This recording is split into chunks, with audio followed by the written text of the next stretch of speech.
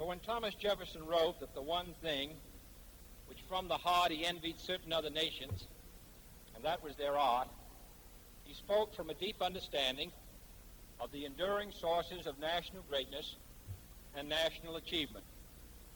But our culture and art do not speak to America alone.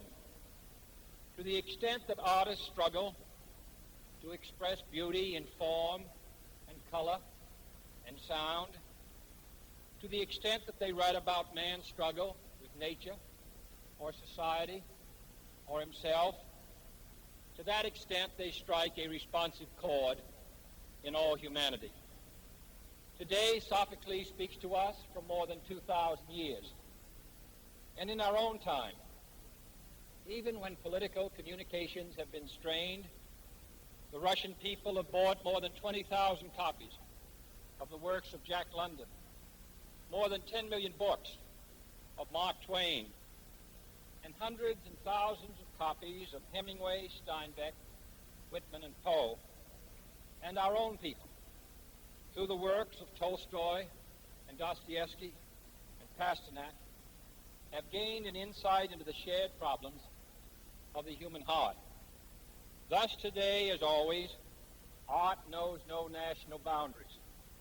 Genius can speak in any tongue, and the entire world will hear it and listen.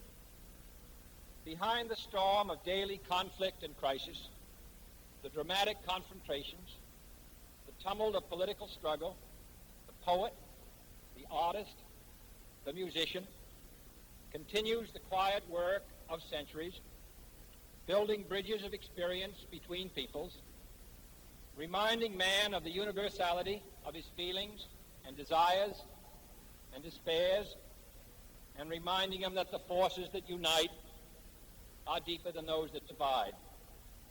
Thus art and the encouragement of art is political in the most profound sense, not as a weapon in the struggle, but as an instrument of understanding of the futility of struggle between those who share man's fate.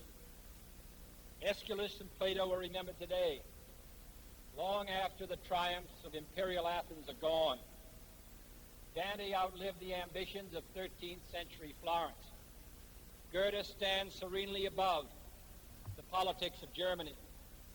And I am certain that after the dust of centuries has passed over our cities, we too will be remembered, not for victories or defeats in battle or in politics, but for our contribution to the human spirit. It was Pericles' proudest boast that mighty Athens was the school of Hellas. If we can make our country one of the great schools of civilization, then on that achievement will surely rest our claim to the ultimate gratitude of mankind. Moreover, as a great democratic society, we have a special responsibility to the arts. For art is the great democrat, calling forth creative genius from every sector of society, disregarding race or religion or wealth or color.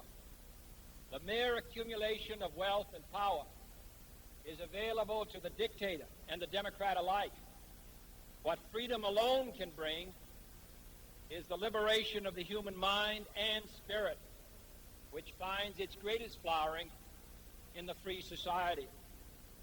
Thus, in our fulfillment of these responsibilities towards the art lie our unique achievement as a free society.